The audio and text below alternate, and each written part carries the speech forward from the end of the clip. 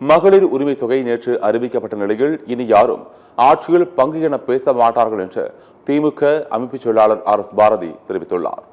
சென்னை அண்ணா அறிவாலயத்தில் கலைஞர் அரங்கில் திமுக அமைப்பு செயலாளர் RS பாரதி செய்தியாளர்களை சந்தித்தார்.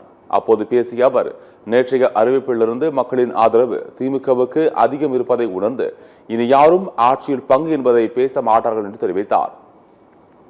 தமிழ்நாட்டில் கூட்டணி ஆட்சி என்பது கிடையாது, இதனை ஏற்கனவே முதலமைச்சர் தெளிவாக சொல்லிவிட்டார் என்றும் அவர் கூறினார்.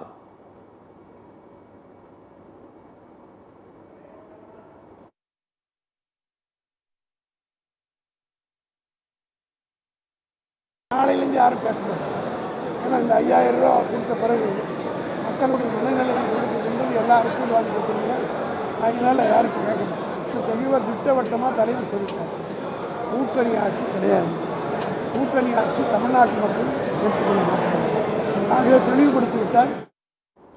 இதனைத் தொடர்ந்து பேசிய அவர், விஜயை நாங்கள் ஒரு பொருட்டாகவே மதிப்பதில்லை, மக்கள் எங்களோடு இருக்கிறார்கள், நாங்கள் மக்களோடு இருக்கிறோம் என்று கூறினார். மிசில் நீண்ட நாட்கள் ஊத முடியாது, தம் இருக்கும் வரைதான் ஊத முடியும் என்றும் விமர்சித்தார். விஜய் ஒரு பொருட்டாவே கிடைக்கல, அப்புறம் நாங்கள் அவர் பேசுறது அவங்க நாங்கள் எங்களுக்கு வேலைகள் நாங்கள் ஜனங்களை நம்பி போகிறோம். ஜனங்க எங்கள் முன்னாடி இருக்காங்க, எல்லா தமிழ்நாட்டு மக்களும் எங்கே இருக்கிறாங்க. அதனால அவங்க விஷயத்தில் நாங்கள் போய் கொண்டிருக்கிறோம். இதுவரை அவர் பேசுகிறாரு இந்த கச்சேரிக்கெல்லாம் நாங்கள் போய் மாட்டிருக்கோம். விசில் ரொம்ப நேரம் தம் ஊத முடியாது, தம் இருக்கிறது விசிலுக்கு ரொம்ப ஆயில் கிடையாது. ஒரு மனுஷன் எவ்வளோ நேரம் விசில் இருக்கும், இதெல்லாம் சும்மா கொஞ்ச நேரம் கூடும், அதிகமான ஊர்னா வேலை பண்ணும்.